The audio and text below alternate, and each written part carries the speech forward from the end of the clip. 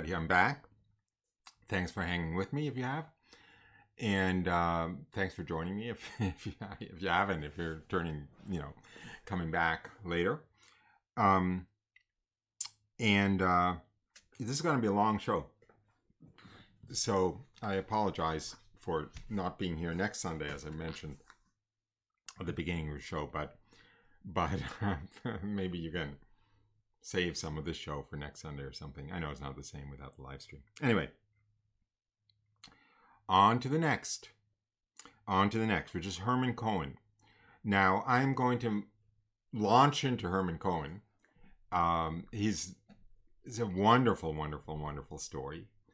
And his spirituality, I'm actually going to talk more about his spirituality than I did about the Ratisbon brothers, because that was mostly about the event of the conversion itself.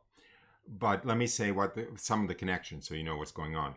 Now, first of all, as I mentioned, the Alphonse Ratisbon's conversion experience was 1842. Herman Cohen's conversion experience was 1847. So we're talking about 5 years later. And he was baptized where? He was baptized in the chapel of Our Lady of Zion in Paris, which was the catechumenate that the Ratisbon brothers had founded in Paris. Remember, this is 1847, so they only started the congregation in the Holy Land in 1847. So this is before they had moved to the Holy Land. So they were actually baptized. Herman Cohen was brought into the church, aided by the Ratisbon brothers. You'll see that appearing, and was baptized in their chapel in Paris. That's one thing. The other thing is that Herman Cohen did become a saint, although he was not canonized. There is a cause for it. When you hear the story, you'll realize, I hope, that he actually is a saint. The Carmelites were embarrassed by their number of Jewish saints. This is true. I spoke. Boy, oops. I have to learn to silence my cell phone. Sorry about that. Herman Cohen, I'm getting ahead of myself. He actually is responsible for having reintroduced the Carmelites into England. They had been suppressed at the time of the Reformation. And I had the great privilege of being shown around one of the monasteries he founded in England by one of the older monks there. And he told me that the Carmelites had backed off on the cause of Herman Cohen, his canonization, because they were embarrassed by having too many Jewish saints, because Saint Edith Stein had just been canonized at the time, or maybe they were still pushing the cause of Saint Edith Stein, and they didn't want to look like, like Judaizers or something, so they want to wait a little. His cause is underway.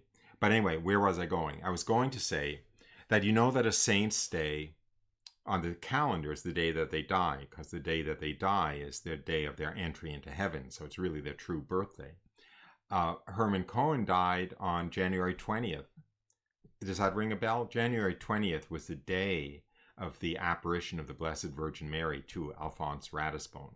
So there are all of these, kind of intertwinings of destiny in these Jewish converts, which is one reason to combine them all in this show.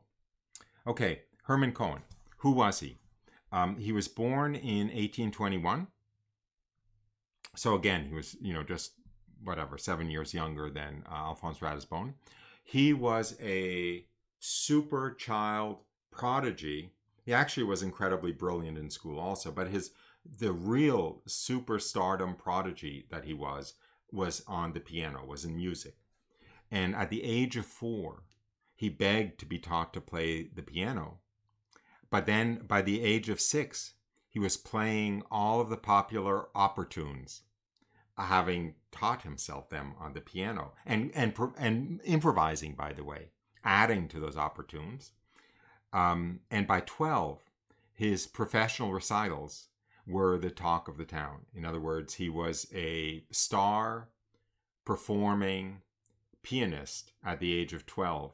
At 6, he was playing opera tunes, are not like Twinkle, Twinkle, Little Star. They're real, much more complicated tunes than that. And he was not only playing them at the age of 6, but he was improvising on them at the age of 6. By the way, he also composed a lot of music as an adult after his conversion. So anyway, he was a real musical prodigy. By 12, he was this star performer, solo pianist. And his mother, he was in Germany. Boy, I'm all out of order. His family was German. He was born and raised until 12 in Germany. And then at 12, his mother took him to Paris to introduce him to Franz Liszt. Franz Liszt was the greatest pianist of the 19th century. Super, super, super star. And when Herman Cohen's mother wanted to have Franz Liszt listen to her 12-year-old son play the piano, Franz Liszt was a very hard sell, and he wasn't having any of it. And I think that it took her several weeks in Paris to basically be, again, God bless pushy Jews, right? To be pushy enough to get Franz Liszt to hear him play. But when Franz Liszt did hear him play, he immediately took him under his wing, as his kind of apprentice and protege, I guess is the word. And, Franz Liszt obviously served as a teacher to him, but also as a impresario. And so Liszt was within a year or two playing, actually literally playing like sold out solo concerts on the piano in all of the capitals of Europe, in Berlin, in Hamburg, in Paris, in London, and so forth, as this superstar musician. Now, in those days in the 19th century, that would be like rock music today. So my picture for Herman Cohen at the time, now you're talking about him being 15, 16, 17. He writes about this, by the way. I'm not here to push books, right? I don't want to be a pushy Jew. But Ratisbone's story and Herman Cohen's story are in Honey from the Rock, which is a book that I put together of Jewish Catholic witness testimonies. So anyway, a lot of this good stuff is in there. Not all of it, but most of it. So anyway, so he was being, I'm trying to think of how to describe this in current terms, but he was like a rock star. Everybody wanted to know him. Everyone wanted to meet him. He was, the pet of George Sand, who was this cross-dressing superstar novelist in France at the time. Very depraved, by the way. These circles were very depraved. He was being hosted and, staying at the palaces of kings and queens and counts. He said that he would gamble in a night away more money than most people made in a lifetime, than most men made in a lifetime. They were throwing money at him. You make a lot of money as a rock star, so to speak. I'm getting ahead of myself, but I'll read his words actually, because they make more sense in my babbling. So these are the words of Herman Cohen when he's describing his life, at 15, 16, 17. I was spoilt in the salons, and most of all in such impious company. Soon they were making me the scapegoat of all of their disgusting doctrines. Atheism, pantheism, socialism, anarchism, terrorism, the massacre of the rich. Okay, remember the French Revolution was around, I'm going to embarrass myself, but I think 1792. And so we're talking about 1835, 1840. So we're talking about, that first wave of overthrowing the monarchy, of slaughtering the rich and so forth. And by the way, the clergy. Soon they were making the scapegoat of all of their disgusting doctrines: atheism, pantheism, socialism, anarchism, terrorism, the massacre of the rich. Can I say think Antifa? I'm not going to say something that'll get me kicked off of YouTube, so I'll just reference Antifa and not some acronym names of other organizations.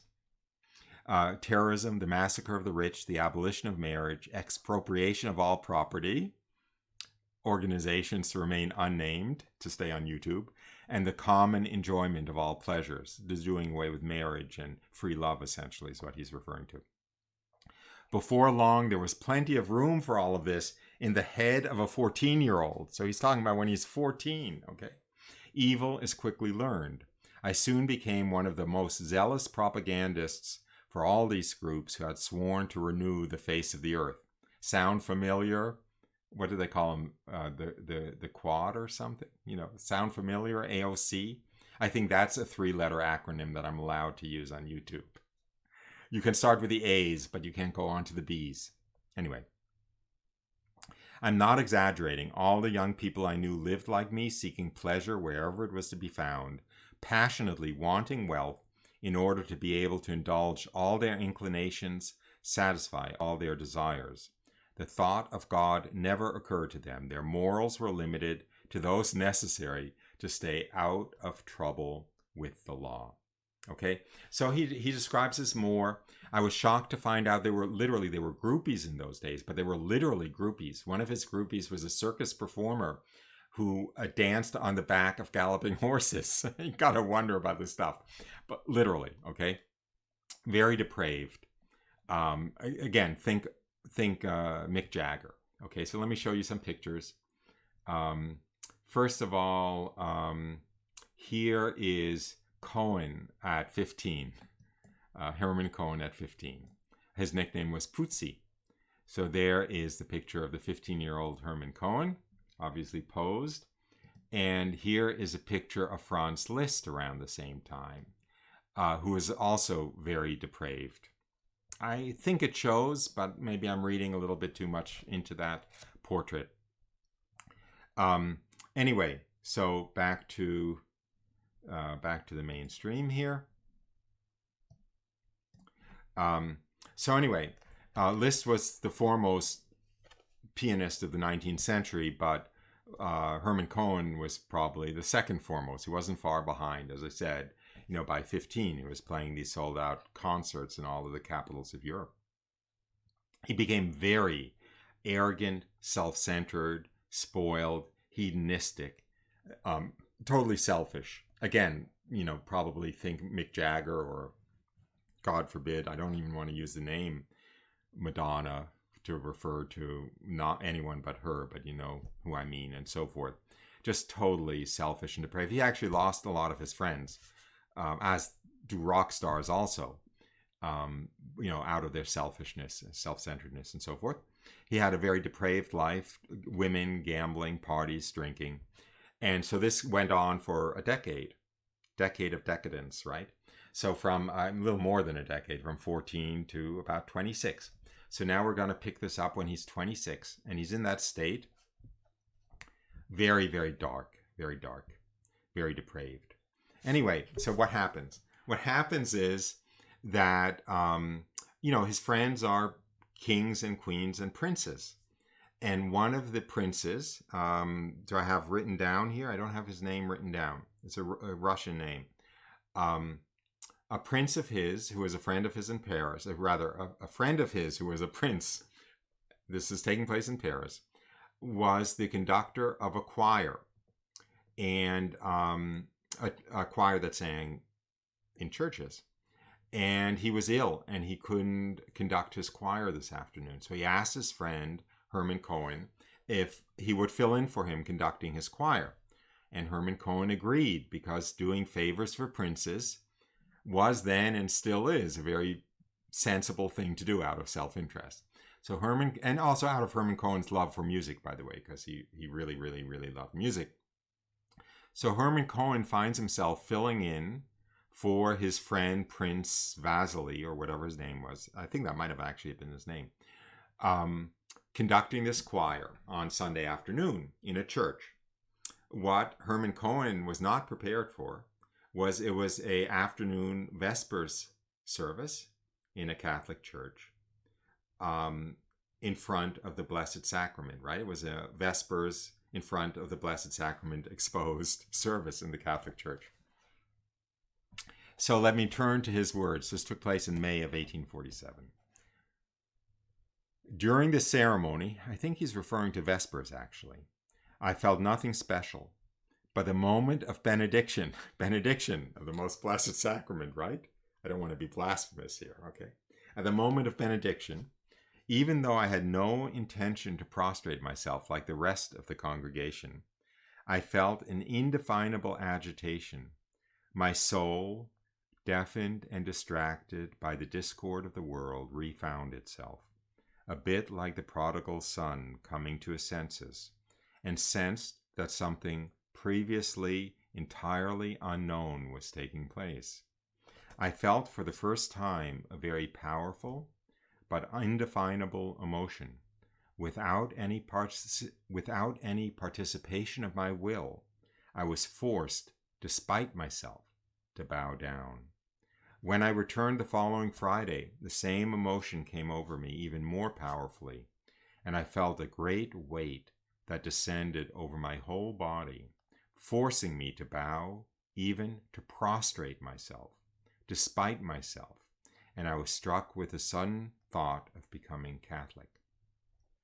A few days later, I passed by the same church. The bells made me enter once again. The Blessed Sacrament was exposed, and as soon as I saw it, I was drawn to the altar rail and fell to my knees. This time, at the moment of benediction, it was easy for me to bow down, and getting up again, I felt a very sweet peace in my whole being. I returned to my room and went to bed, but throughout the entire night, my mind was, whether in dream or awake, occupied with the thought of the Most Blessed Sacrament. I burned with impatience to be at more masses. My peace I give you, not like the peace of the world, but my peace I give you. Herman Cohen, despite his incredible depravity, the satisfaction of all of his lustful desires and greed for money and excitement of gambling and so forth, he knew no peace. He knew no peace, but my peace I give you, not like the world, but my peace I give you. I wish I remembered the quotes exactly, but I don't. You know what I'm talking about. So he felt that peace. He felt the peace of Christ for the first time in his life, which of course blew away all of the rest of whatever was distracting him, the noise of the world, as he said. I burned with impatience to be at more masses. In the following days, I attended many at St. Valere, always with an inner joy that absorbed all of my faculties. Okay, so he starts going to Mass, of course. And a few months later, he's at Mass. And when the priest elevated the host at the consecration, when the priest raised the host, my tears began to flow. I remember having cried as a child, but certainly I never experienced tears like these. And while the tears flowed, a deep sorrow for my entire past life welled up. Spontaneously, as if by intuition, I began to make a general confession to God of all of the enormous sins committed since my childhood. I saw them there, piled up before me by the thousands, hideous, repulsive. And yet, I also felt an unfamiliar calm which spread its balm on my soul, that the God of mercy would forgive me these, that he would take pity on my sincere contrition, on my bitter sorrow. Yes, I felt that he would give me grace, and that he would accept in expiation my firm resolution to love him above everything else, and to convert to him from then on. When I left the church, I was already a Christian in my heart.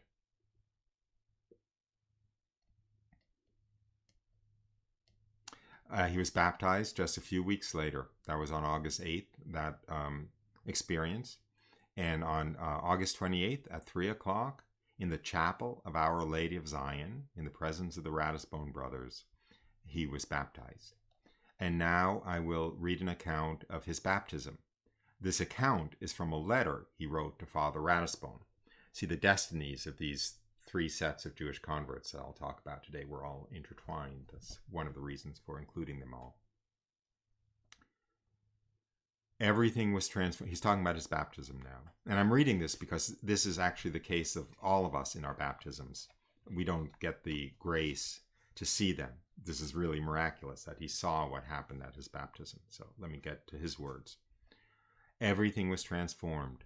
I was hardly aware of the priest with the holy water shell in his hand. The Lord had promised to possess me at this moment. The priest was pouring the holy water with a triple gesture over my forehead, and proclaimed solemnly that he baptized me in the name of the Father, and of the Son, and of the Holy Spirit. At that moment that the priest poured the water over my forehead, I can only describe it like an electric shock.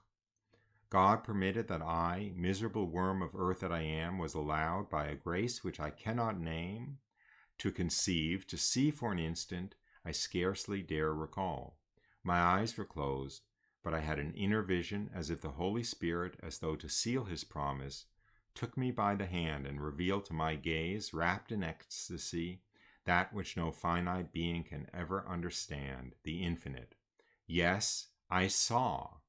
The eyes of my body were closed, but those of my soul were wide with joy. A great and unlimited bright space without end. Or rather not space, for my gaze soared, plunged always further, further, and met no obstacle. A gentle warmth penetrated me, and in spite of the brilliant light which radiated from all sides, my gaze never tired of plunging into the rays of light. For deep within there was an even brighter light, and there stood a glorious throne, and seated on the throne was our Lord Jesus Christ. Beautiful with eternal youth, with his beloved mother on his right, and around his feet a host of saints, clothed in the brightest colors of the rainbow. The saints were prostrate at the foot of his throne in adoration, and yet, at the same time, they looked towards me and smiled kindly. Heaven and its inhabitants seemed to rejoice at my baptism, as though the poor soul of a redeemed sinner weighed in the balance of eternity. Well, dear Father, how can I be so foolish as to try to describe what I saw? Indeed, I ought to tear up this paper on which I have written, because it doesn't contain a single image remotely approaching what I have seen. Yes, I have seen the abode of the Church triumphant. So he actually saw what was really happening in the spiritual world at his baptism.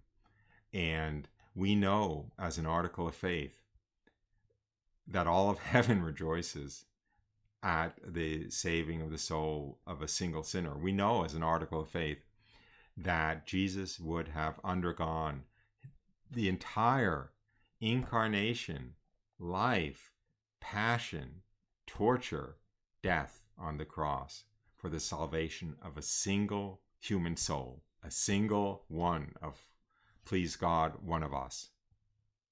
And Herman Cohen got to see that rejoicing in heaven. Remember that line of Jesus again. There's more rejoicing in heaven over the conversion of a single sinner. You guys all know the quotes, I hope, better than me. Than, over 100 who have always been righteous. The lost sheep brings more joy than the 99 who never strayed. And Herman Cohen got to see that joy. And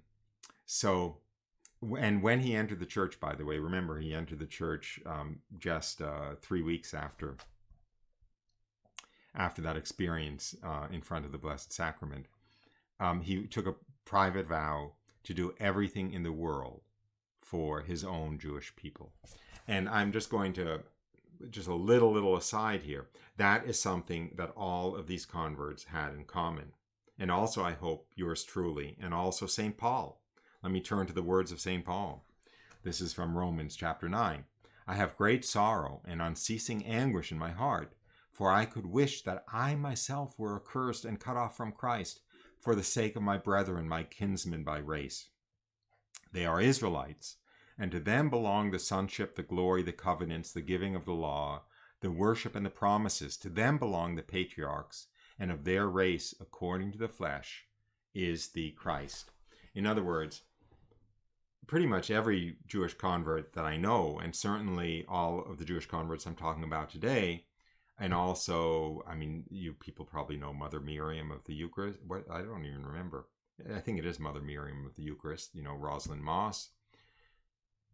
Anyway, we all, Father Kleiber, who started the Remnant of Israel, David Goldstein, certainly all of the Jews in this book, as soon as they entered the church, they felt a supernatural, essentially loyalty to their Jewish co-religionists, and essentially wanted to dedicate the rest of their lives to sharing what they received without merit, of course, with their co-religionists, in other words, the other Jews.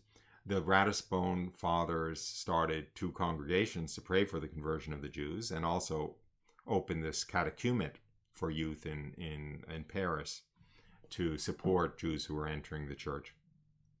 Father Cohen took a vow to do everything in the world for his own Jewish people. And you'll see when I get to the Lehman brothers that they also shared this passion to dedicate the rest of their lives for the conversion of the Jews. Now, I better speed up a little bit. Herman Cohen was his name before his conversion. He immediately was baptized, and he actually immediately wanted to become a religious, and he rather quickly, I don't have in front of me what year, how long it was, but I actually think it was a matter of months and not years before he joined the Carmelite order. Now, when he became a Carmelite, he took the religious name of Augustin Marie of the Most Blessed Sacrament. Remember, his conversion took place, all of his conversion experiences, in fact, took place in front of the Blessed Sacrament. He was converted by the Eucharist. He took the name Father Augustin Marie, obviously Augustine, the famous historical convert, from sin to saint, from sinner to saint. Marie, we all know about that, the Blessed Virgin Mary, of the Most Blessed Sacrament. We all know about that. He then became a priest. He was ordained a priest. And when he was ordained a priest, he took a private vow never to preach without extolling the Most Blessed Sacrament. He basically, his entire spirituality was focused on the Most Blessed Sacrament and on the sacraments. So let me go back to him, because I always bog down when I start talking. First of all, some words of his about the Eucharist being the center of his spirituality. Oh, by the way, let me just say, he was a musician, right? I'll get more to his musician business in a moment. But he composed after his conversion also. He took his musical talents. I have a recording of at least one of his masses, the music of the mass that he composed. And you know what? On the farewell screen at the end of the show, or maybe even in between, if I can pull it up fast enough, I'm going to take a break in between this Herman Cohen and the next Jewish convert. So maybe I'll put up some of his mass music. But he also wrote motets, which are choral pieces, all in honor of the Most Blessed Sacrament. And all of the lyrics are extolling the Most Blessed Sacrament. And so let me read some quote of his extolling the Most Blessed Sacrament. O Jesus Eucharist, in the desert of this life you appeared one day.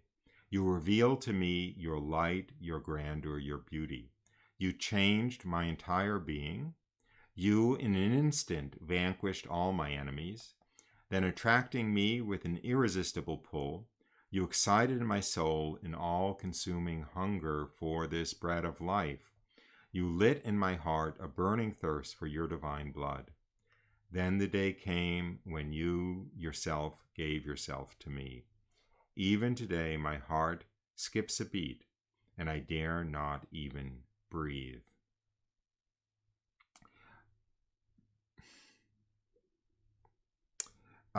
just a year after his conversion, 1848, he started an association of nocturnal adorers, of men who would pray throughout the night in front of the Blessed Sacrament. It's just a year after his conversion. I think he was already a Carmelite. And he wrote this about that. To contemplate you, Jesus in the Blessed Sacrament, enough. The hours of the day fly by too quickly. I will call together other Christians burning with the same fire, and we will pass the nights in your churches. In the evening you will be exposed on the altar, and the dawn will find us still kneeling before your splendor. In these heavenly nights, O my Jesus, you draw me to yourself by a charm so sweet and tender, so lovable, that the final thread tying me to this world is broken, and I run far from these cities to throw myself in your arms, to live entirely for you, undividedly forever. Stripped of all that ties me to the earth, I can pierce the mysterious clouds that envelop your tabernacle, and expose myself to the penetrating rays of this beautiful sun of grace, and dive into this ocean of light to be consumed in the flames of this burning furnace.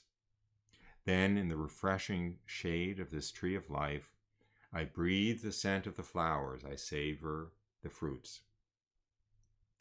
Now, I was wrong. It took him all of 2 years from his conversion, or a year and a half from his conversion, to join the Carmelites. He joined the Carmelites in 1849.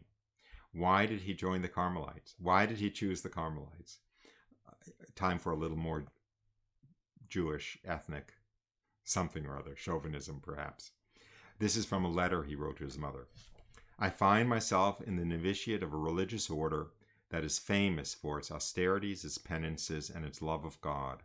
This order was born among the Jews 930 years before Jesus Christ.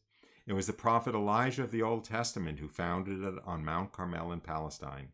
It is an order of true Jews, of children of the prophets who waited for the Messiah, who believed in him when he came, and who continue to our time, living always in the same manner, with the same bodily deprivations and the same spiritual joys as they lived on Mount Carmel in Judea about 2,800 years ago. They still bear today the name of the Order of Mount Carmel. Why follow this life? To draw down the mercy of the All-Powerful onto the earth and turn away his just anger, ready to strike those who offend him, to love God as he loved us, in imitating the life Jesus led when he came on earth to save men through suffering, self-denial, sacrifice, obedience, submission, humiliation, poverty, and death. This is the life I have chosen. Okay, so that was from a letter in 1849 when he joined the Carmelites, explaining it to his mother. He took his first vows in 1850, so the following year. He took the religious name Augustine Marie of the Most Blessed Sacrament, as I said. He was ordained just a year later in 1851. See, pushy Jews, they go fast. He took a vow when he was ordained, as I mentioned, never to preach without extolling the Most Blessed Sacrament. And what did he do at that point? Okay, he had been Mick Jagger, right? Everybody knew his name. Everybody wanted to listen to his music. So as a literally barefoot Carmelite monk, he traveled the capitals of Europe, going back to all of the places where he had performed. But this time, they would put up posters announcing a free organ recital by the famous Herman Cohen in a church. And the church would be packed to the rafters. And he would show up, and he would play the organ, and then he would preach. And he got hundreds and hundreds and hundreds of converts at these free organ recitals. He was determined to make amends for his past life, having led people into sin by leading them to God. So he traveled throughout Europe preaching. Wherever he went, he started chapters of the nocturnal adorers to pray before the Blessed Sacrament exposed throughout the night. As I mentioned at the beginning, he refounded the Carmelite order in the UK. He established, 4 Carmelite monasteries, 5 Carmelite monasteries in the UK. There had been none since the Reformation. and he traveled around preaching. Now, first I'm going to read an extract from a sermon he gave in 1854 in Paris, and then I'm going to tell you about something that happened at this sermon, which is another Jewish conversion. But I guess first let me show some pictures of him as a priest. I showed that picture of him as at 15 as a little fledgling playboy or something. Here is a picture of him, far more charming, of him as a Carmelite priest. It's obvious an etching. Here's another etching of him as a young Carmelite priest with his best friend, with his God, with Jesus in the Blessed Sacrament. He had, of course, the joy of being able to perform benediction, not just be present at benediction. Now, here is him as a Carmelite priest. I made up some prayer cards of him. I don't know how I can get. I guess I'll say, if you want some prayer cards of him, they have prayers on the back. They have quotes of him on the back.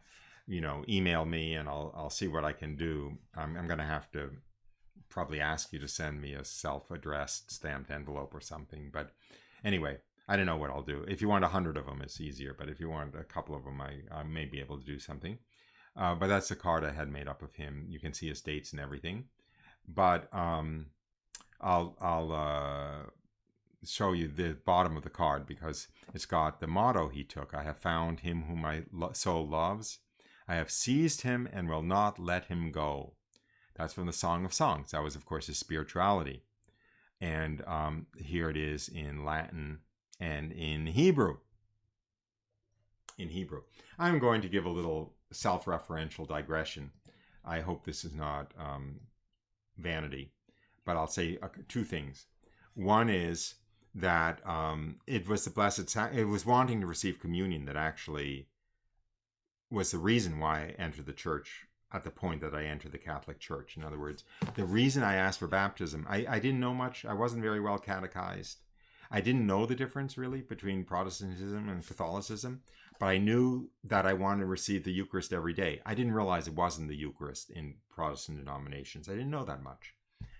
But I knew that if I became Catholic, I could receive the Eucharist daily because there are Catholic churches around, right? You can receive it Monday, Tuesday, Wednesday, Thursday, Friday, Saturday, and Sunday. And I knew that if I was baptized as a Protestant, at best I could receive it once a week. So, right, the greedy Jew that I was, I figured, I want to receive it 7 times a week, not once a week or once a month. So that was actually the initial reason why I asked for baptism in the Catholic Church rather than going into Protestantism. Soon I learned that there were a lot more differences and it wasn't even the Blessed Sacrament in Protestantism, but I didn't realize that at the beginning. The other thing I want to mention is notice that he has this passage from the Song of Songs in Hebrew. Well, my parents both came into the church. My father was only baptized, just a couple of days before he died. My mother came into the church more fully. She was baptized. She received confirmation. She was giving last rites. She was given a Catholic mass, burial mass, and then was buried out of the Catholic Tridentine sung Requiem Mass. But the grave was in a Jewish cemetery because I had bought the grave for my parents before their conversion. So we're in the middle of this Jewish cemetery. And so basically, I make a long story short. I had all of these citations from the Old Testament in Hebrew that referred to the Messiah and that were hints of Jesus being the Messiah in Hebrew on their gravestone. So the other Jews in the cemetery wouldn't realize that I had on my parents' gravestone, I know that my Redeemer liveth, from Job, or I will drink with joy at the fount of salvation. I believe that's from Isaiah. But the cute thing there is of salvation. Salvation is Yeshua. So I will drink with joy from the waters of Yeshua, the waters of Yeshua being baptism. So anyway, just as Herman Cohen has has the it in Hebrew on his motto. That reminded me of the surreptitious use of Hebrew to introduce Christianity in a Jewish context. Anyway, blah blah blah. Back to Saint Sulpice in Paris. Now, before I actually read the sermon, I'm going to bring up a picture of Saint Sulpice. Actually, I'll bring up a couple of pictures because I like to do that.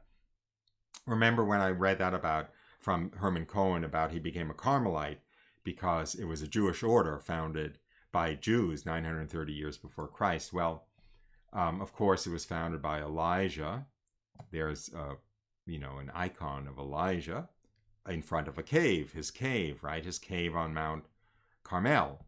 Well, whenever I bring a pilgrimage to the Holy Land, where do we begin the 2-week pilgrimage or the 10-day pilgrimage? We begin it literally at the cave of Elijah on Mount Carmel. Now, it turns out that the Carmelites purchased that property and built a monastery over Elijah's cave. The monastery is Stella Maris, and you can stay there. Part of it is a pilgrimage house. Part of it's still a monastery with monks, but part of it is a pilgrimage house.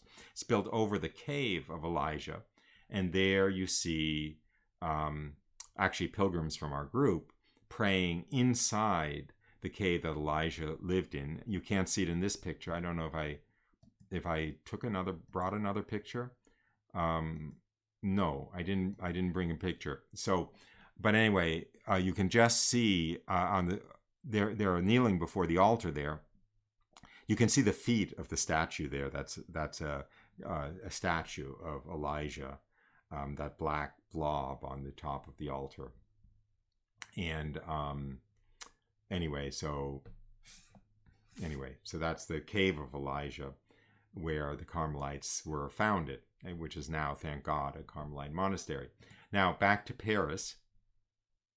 This is the Church of Saint Sulpice. It's a basilica, and it's still a very major church in Paris. And rather tragically, an immigrant of North African origin, I'll be very careful here, tried to set fire to it just a matter of weeks ago. I think it's probably about 8 weeks ago now. They didn't succeed in burning it down, fortunately. They did very minor damage. I think the wooden door that they had... No, I think the fire was set inside. But in any case, it was quickly put out and only minor damage was done. But that's the outside of St. Sulpice, where Herman Cohen gave this concert and then the sermon that I'm about to read. And here's the inside of St. Sulpice, and it's obviously a magnificent, huge church. But I also want to show you this, which is the keyboard of the organ in St. Sulpice. So this must be why he chose it for his organ concert cum sermon, because that is one heck of a world-class organ, with 5, I don't know the right terminology, but 5 registers of keyboards, hand keyboards, and then a large register of foot pedal keyboards, and you can see all the stops along the side. And here's the organ itself. Needless to say, thank God the fire did not take that was started by that anonymous. He isn't really anonymous. He was arrested, I believe. I'm not 100% sure. North African immigrant. And he didn't succeed in burning it down like Notre Dame was almost burnt down in Paris. But it's not coincidental. I mean, obviously, as I say all the time on all my shows, they're really, everybody belongs to one of two masters. There's no way around it. If you're a human being, you're going to belong to one of two masters. You're either going to belong to God or you're going to belong to the enemy of God. And if you follow a religion that worships Satan as God, or if you're in a cult that swears allegiance to essentially Satan, as do the Masons, unknowingly perhaps, which army you're going to be in. And, there's no one Satan hates like he hates the Catholic Church. So it's no surprise that when you have all of these religionists participants in a religion that worship Satan as God, if you have a population of them, you're going to have churches that they try to set on fire. You're going to have, in the places where they can get away with it, Christians in those churches, Catholics in those churches being burned to death or machine gunned to death, at Christmas Mass. Just read about what's going on in Africa these days, or in the Middle East in many countries in these days. There are two armies, and we please God as Catholics in a state of grace. We are the army of God, even though Hezbollah means army of God in Arabic. I don't think Hezbollah is the true army of God. Well, they're the army of their God. I'll leave it at that. That's not the topic of the show. So anyway, back to Saint Sulpice, because it's a really neat story. So Saint Sulpice, this is his sermon that he gave in Saint Sulpice. I have traveled throughout the world. I have loved the world. I have learned one thing about the world. You don't find happiness there. I seem to hear the unanimous cry of suffering humanity. Happiness, where are you? Tell me where you are hidden, and I will search for you. I have searched for happiness in the beauties of nature. Remember, this is Herman Cohen speaking. So this is, this Mick Jagger speaking. I mean, he had every party in the world invited him. He had, every resort in the world at his feet. He had every castle and king and prince and princess at his feet, right? I have searched for happiness among the beauties of nature. I have sought it in the elegant life of salons, in the deafening din of balls and parties. I have sought it through the accumulation of gold, in the excitement of gambling, in the hazards of adventure, and in trying to satisfy a boundless ambition. I have looked for it in the glory of the artist, in the friendships of famous people, and in all the pleasures of sense and spirit. Dear God, was there anywhere I failed to seek happiness? How can one explain this mystery? For human beings are made for happiness. The mystery is that most people don't know in what happiness consists. They look for it where it doesn't exist. Well then, listen. I have found happiness. I possess it. I enjoy it so fully that I am able to say with the great apostle, I am overflowing with joy. My heart brims over with happiness, so that I cannot contain it within me. I am overflowing with joy.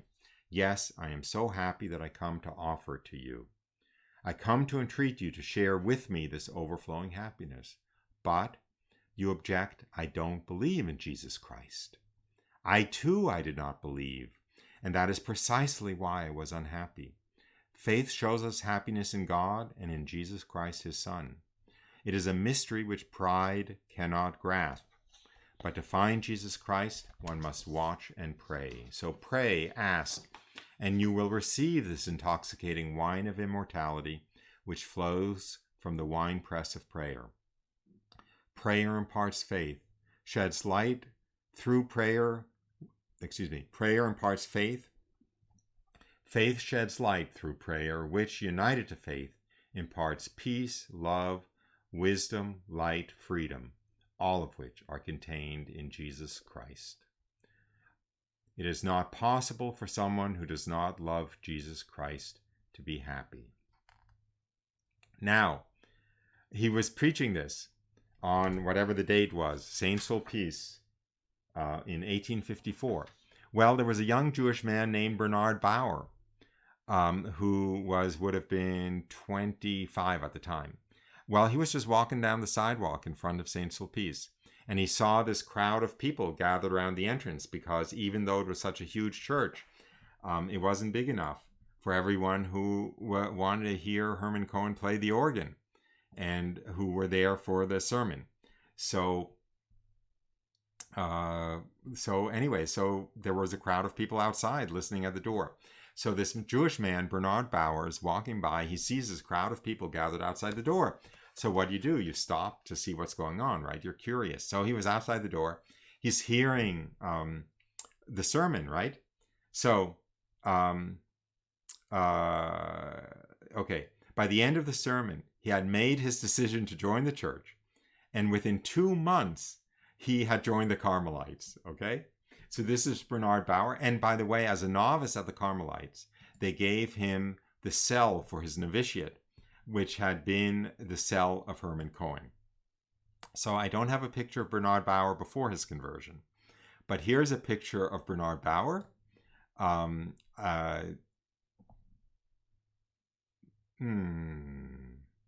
don't even know what's going on here. Excuse me. Okay, so there's a picture of Bernard Bauer as a young monk. It's obviously from a holy card, probably celebrating, I don't know, his vows or something. He became a very celebrated preacher, by the way.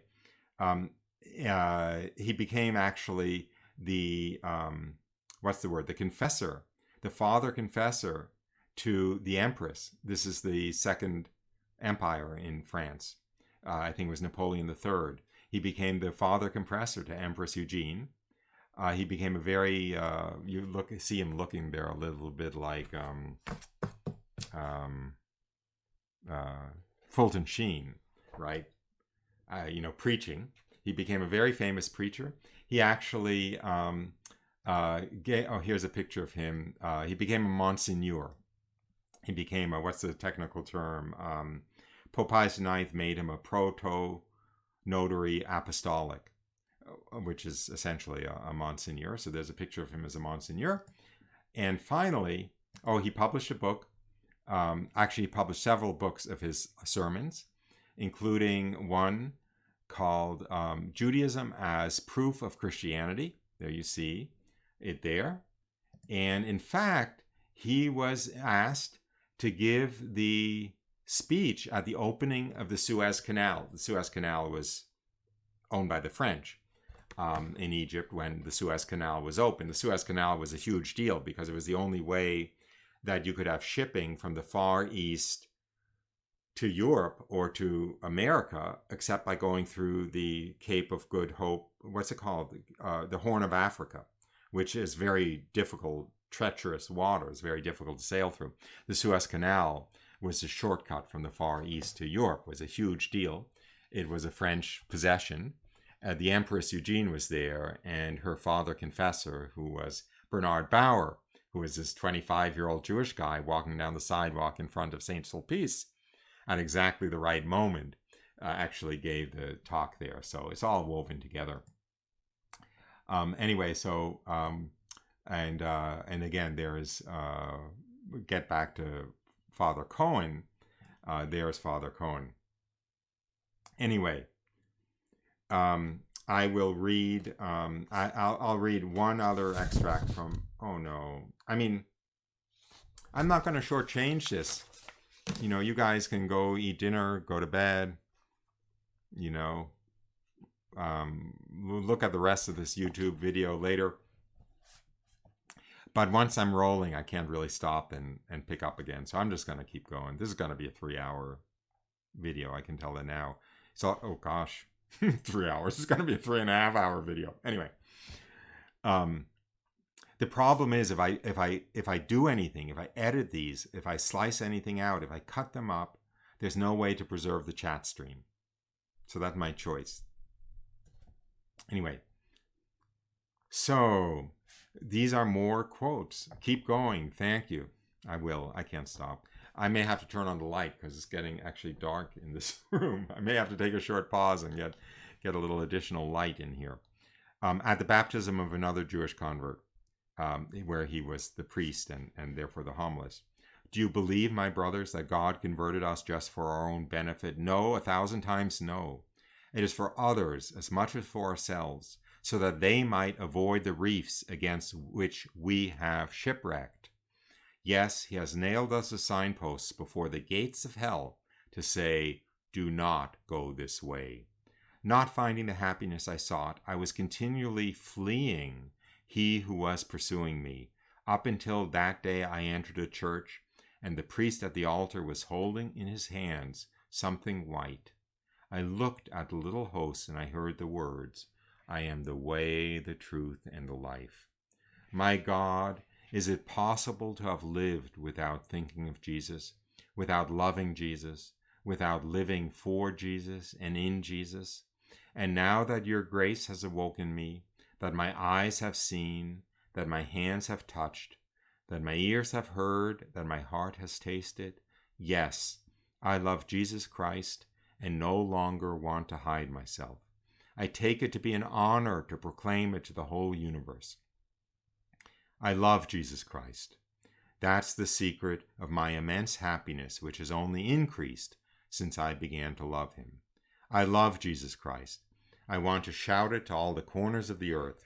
I would like if the walls of this temple could expand and enclose all the millions of men who cover the globe, and that my voice could reach and penetrate all the fibers of their hearts and make them vibrate in unison with mine, and that all in a single voice reply in an immense song of jubilation and triumph, reaching from earth to heaven. We too, we love Jesus Christ. Okay, some extracts from other sermons. Oh, Jesus, my love, how I want to set my former friends on fire with the passion that inflames me. How I want to show them the happiness you have given me. No, I dare say it, if the faith didn't teach me that contemplating you in heaven is a yet greater joy, I would never believe it possible that a greater happiness existed than that which I experience in loving you in the Eucharist and in receiving you in my poor heart, so rich because of you. What delicious peace, what happiness, what holy joy. If you no longer see me killing myself to get applause, scheming for empty honors, it is because I found my glory in the humble tabernacle of Jesus Host, Jesus God. If you no longer see me betting on a single card the wealth of an entire family, or breathlessly running after gold, it is because I found the wealth, the inexhaustible treasure, in the ciborium of love that encloses Jesus Host. If I no longer deafen myself at your frivolous parties, it is because there is a wedding feast where I dine with the angels of heaven. It is because I have found the supreme happiness. Yes, I found it. The good that I love is mine, I possess it. Poor riches, sad pleasures, humiliating honors that I chased after with you. But now that my eyes have seen, my hands have touched, my heart has beat upon the heart of a God. Oh, how I pity your blind pursuits of pleasures that are incapable of filling your hearts. Come then to the celestial banquet prepared for you by eternal wisdom. Come, approach, leave behind your little toys, your illusions. Throw far from you those lying rags that cover you. Ask Jesus for the white robe of pardon, and with a new heart, a pure heart, drink at the clear fountain of his love. So that is, of course, the you there is he's addressing his former friends when he says, if you no longer see me killing myself, if you no longer see me betting the wealth of an entire family on a single card, if I no longer deafen myself at your frivolous parties, the you there is, of course, his former friends. Now, let me pull up my own screen for a moment, and I'll say something. I'm losing my voice because I'm talking so much. So I'm going to take another short break, and I'm going to pull up again, I'm going to pull up that opening slide for just a moment. Again, 3 or 4 or 5 minutes. And I'm going to take a short break, but I'm not finished with Herman Cohen. It's not like the last time. This isn't a transition between convert stories. I am going to continue with Herman Cohen when I come back. And then I will continue, God willing, with my final set of Jewish converts, the Lehman brothers. And I'll probably also take a short break then so that it's easier for people who are watching in segments, to identify the segments. And I may have to cut this up into 3 YouTube videos, in which case, very sorrowfully, I'll lose the chat stream. So anyway, whatever. I'm going away for now. It's 20 minutes after the hour. I will be back in 5 minutes, 25 minutes after the hour. And I will continue with Herman Cohen. And the music on that screen, I'll have to pull down actually the text so it doesn't lie.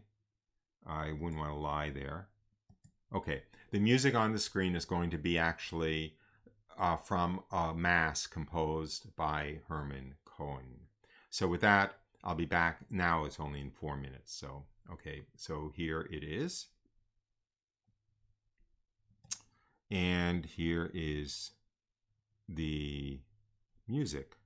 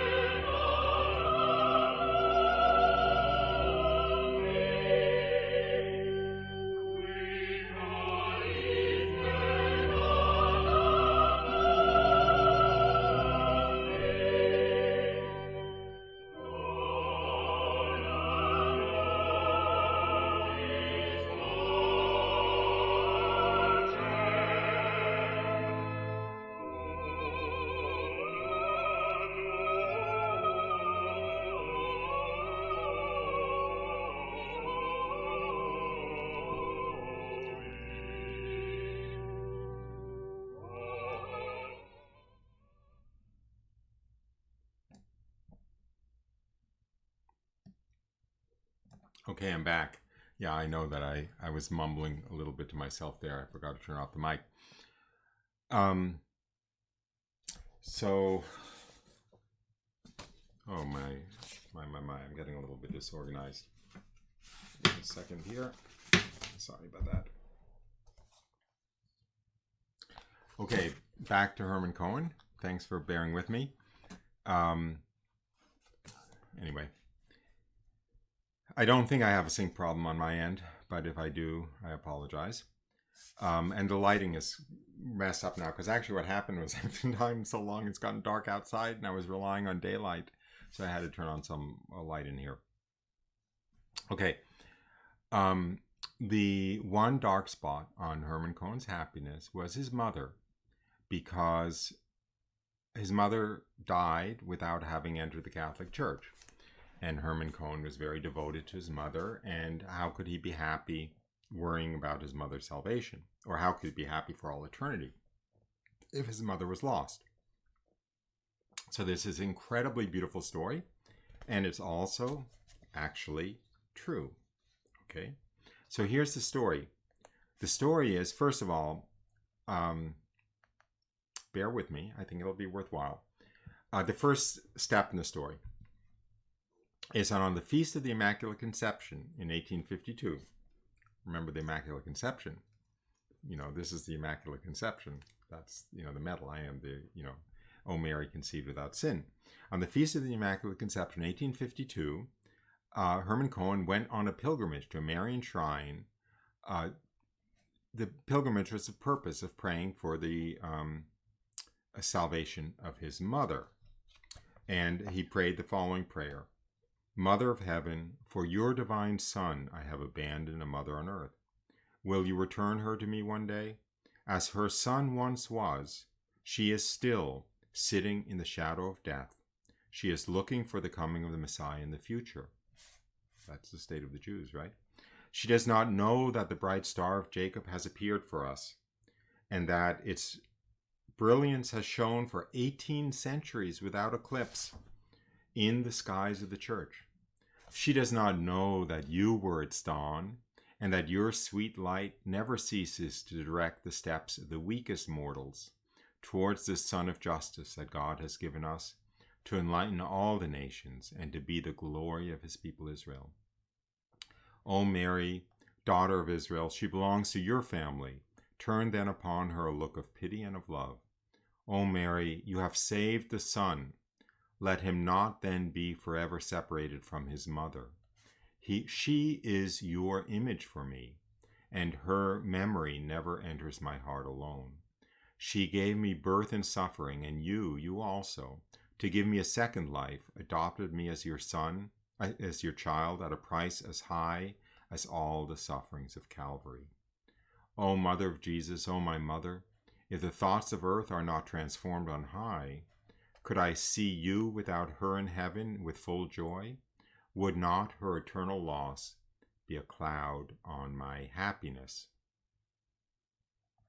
So that's his prayer, 1852. Okay? Unfortunately, his mother died 2 years later, 1854. And at that point, he went and spoke with his friend, the Curé of Ars. I hope you all know the Curé of Ars. Am I going to do a show on his spirituality? All of these saints are worth having shows on their spirituality. But the Curé of Ars was a very great saint, Jean-Marie Vianney. He was obviously around the same time. I think he died a few years later. He died 1859, born 1786. So he was an old man at this point in time. And let me find him here. You probably all know what he looks like, but he's just so wonderful and so sweet. It's worth it. Here is a painting of the Curé of Ars. He was a parish priest in Ars in France. I hope you all know the story. And let me see what else I have here. This is actually anyway. They all look the same.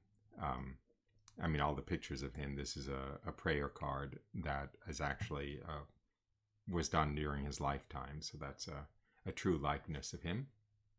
Anyway, he was friends with Herman Cohen, And Herman Cohen went to see his friend, the Cure of Ars, and he bemoaned he expressed his concern for the salvation of his mother, who had just died. Okay, so this is after his mother dies. So anyway, when he speaks to him, the Cure of Ars reassures Herman Cohen, saying, "Hope, hope, you will receive one day on the Feast of the Immaculate Conception a letter which brings you great joy." Okay, again, the Feast of the Immaculate Conception. You will receive one day on the Feast of the Immaculate Conception a letter which will bring you great joy. So he's prophesying, he's giving him a prophecy that don't despair, one day you will receive on the Feast of the Immaculate Conception a letter which will bring you great joy. So what happened 7 years later, December 8th, the Feast of the Immaculate Conception, 1861, a Jesuit priest comes to Father Cohen with a letter written by a pious, holy woman who was known for her piety and her spirituality, okay? So this Jesuit priest is like the mailman to bring to Father Cohen a letter written by this, holy, pious woman who obviously has some charismatic gifts. So here's the contents of the letter. My Jesus showed me in a ray of his divine light that at the moment that Father Herman's mother was on the point of dying, my Jesus showed me in a ray of his divine light the moment that Father Herman's mother was on the point of dying.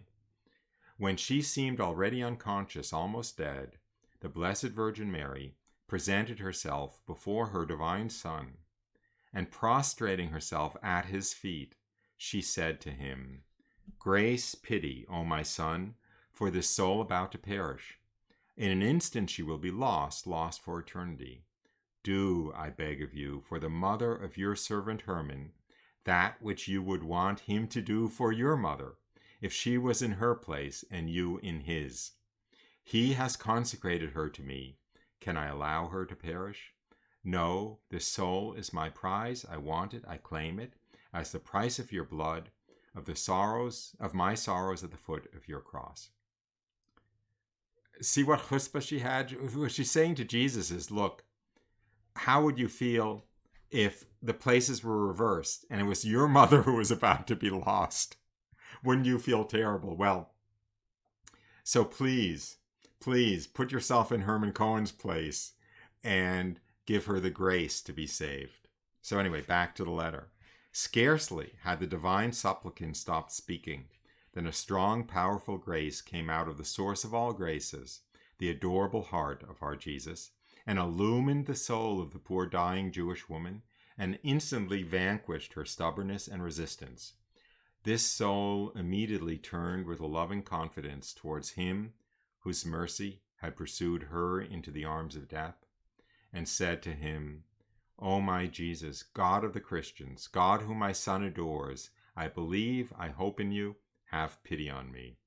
And she was saved. Okay, isn't that beautiful? We know this is true. The Cure of Ars wouldn't lie. Herman Cohen wouldn't lie. This woman, obviously, I mean, the fact that the Cure of Ars had prophesied that he would get good news on the Feast of the Immaculate Conception, and he got this letter on the Feast of the Immaculate Conception, the miracles around this confirm the truth of this vision. The Blessed Virgin Mary, right?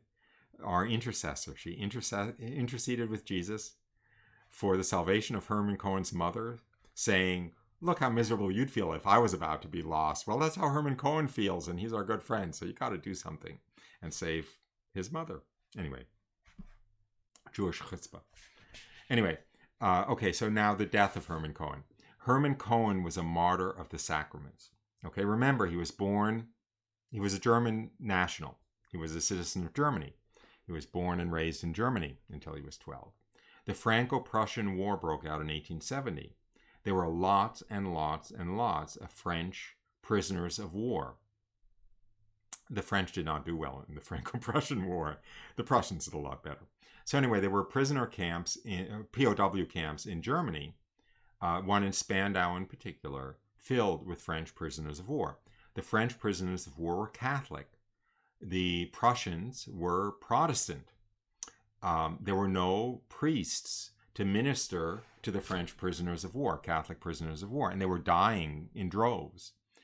The German government would not allow any French priests to come into Germany to minister to them because they were at war with France. However, Herman Cohen was a German national. So his superior in the Carmelites asked if he would be willing to go to Germany to the POW camp in Spandau. I think it had 5,000 French Catholic prisoners, to minister to them in their dire need. And it was his bishop who asked him. It was Herman Cohen's bishop who asked him, would he be willing to go? And Herman Cohen immediately agreed. But he had a premonition already of the outcome, that he was going to die there.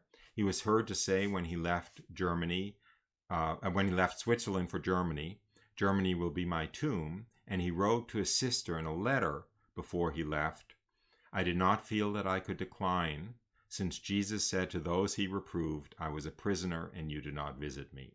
So he agreed to visit these POWs, to basically serve the POWs in the POW camp in Germany in the Franco-Prussian War. On his arrival, he found over 5,000 underfed and underclothed prisoners, many dying of freezing to death in the freezing Prussian winter, and also dying of the diseases that were running through the camp, and also almost starving to death, by the way. He ministered to all their needs, celebrating Mass daily, hearing their confessions, visiting the sick, consoling the despairing, administering last rites to the dying, as well as taking care of temporal needs, such as obtaining clothing for them, and so forth. He held nothing back.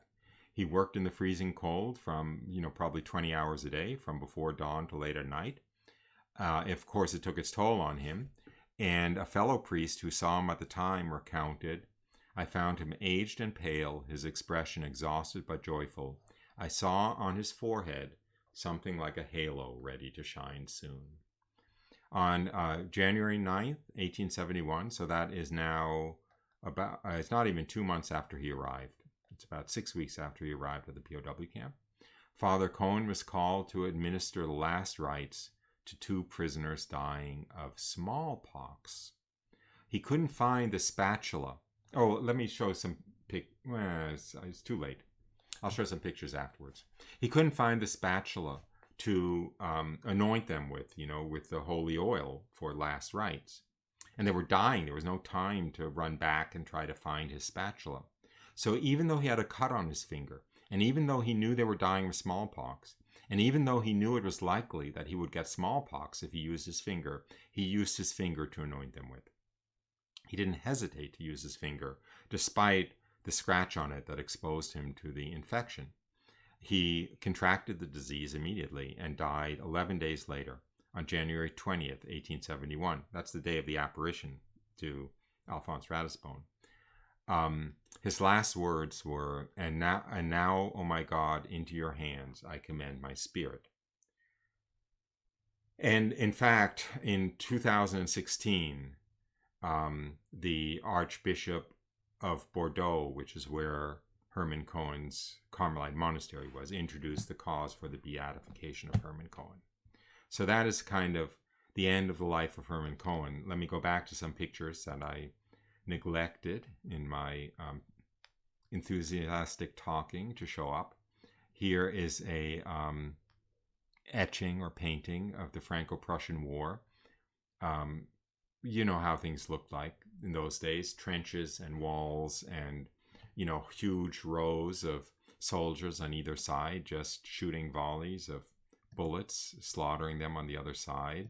The occasional officer on a horseback, riding through the crowds. Here's another picture, of course. Here's a picture of a dying French soldier, actually, in the in the frozen wastes, and anointing. You all know about last rites, but I because it's such a beautiful story, I wanted to give a little visual aid. So here is a very beautiful painting from an altarpiece of a priest anointing a dying man with the holy oils, giving him last rites. And there you have the priest with his spatula. I think I can zoom in on the spatula a little bit. With his spatula, getting the oil on his spatula to anoint the dying man. So that is the story of Herman Cohen, the Mick Jagger of the middle of the 19th century, becoming a saint and giving his life. No greater love has a man than this, to give his life for his brethren, for his fellow. And he gave his life for the eternal salvation of his fellows. So unless a seed dies in the ground, it bears no fruit. But if it does, it bears abundantly. And Herman Cohen, of course, bore fruit in abundance. So anyway, on to, I can't believe I'm doing this, on to the last of the set of Jewish converts. That their destinies are woven together. But you know what? During the last break, I decided what I'm going to do. So I'm really, really, really, really sorry, but it probably means losing the chat stream. I am going to divide this 3.5 hour long live stream. It'll be at least 3.25 hour long live stream. It might be a 3.5 hour long live stream into 3 segments. It'll be the second episode, A, B, and C, the Ratisbone brothers, Herman Cohen, and the Lehman brothers. Not the banking family, but another set of Lehman brothers, which is what I'm going to go into now. And I will probably divide them into 3 separate YouTube videos. And I will probably actually introduce, or rather present, I think they have something called a premiere on YouTube. And I'll premiere the part 2, which is the Herman Cohen part that I just did. I'll premiere it as a recording, I believe, probably for, let's say Tuesday this time. And I will premiere the Lehman brothers as it'll unfortunately be a recording because I'll already be at the monastery, but I'll premiere it as, and also because I'm doing it now, so you can stay tuned in. But I'll premiere it as a recording on probably Thursday, and that way the live streams from those premieres, I believe, stay in perpetuity. Anyway, I'm new to this stuff, but I think that's what I'm going to do. I'm losing my voice again. So once again, so you can still watch. I think Katie is probably still going to be watching for another hour. I don't know how many others of you are, are kind of have the stamina or don't have the family responsibilities or whatever. But I'm going to do what I did before.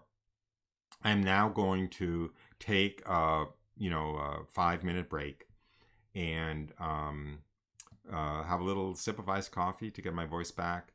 And I'll play the Herman Cohen music. And then I will be back with part C, which is the Lehman brothers. And I'm going to show I'm just going to pull up a little slide of the Lehman brothers because they're so cute.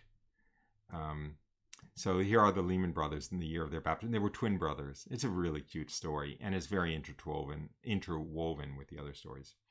But don't they look Jewish? Don't they look sweet? They were very devoted to each other, twin brothers. So anyway, let me just go to the Herman Cohen, the same music from the Mass. 5 minutes, be back in 5 minutes with the final part of this marathon session.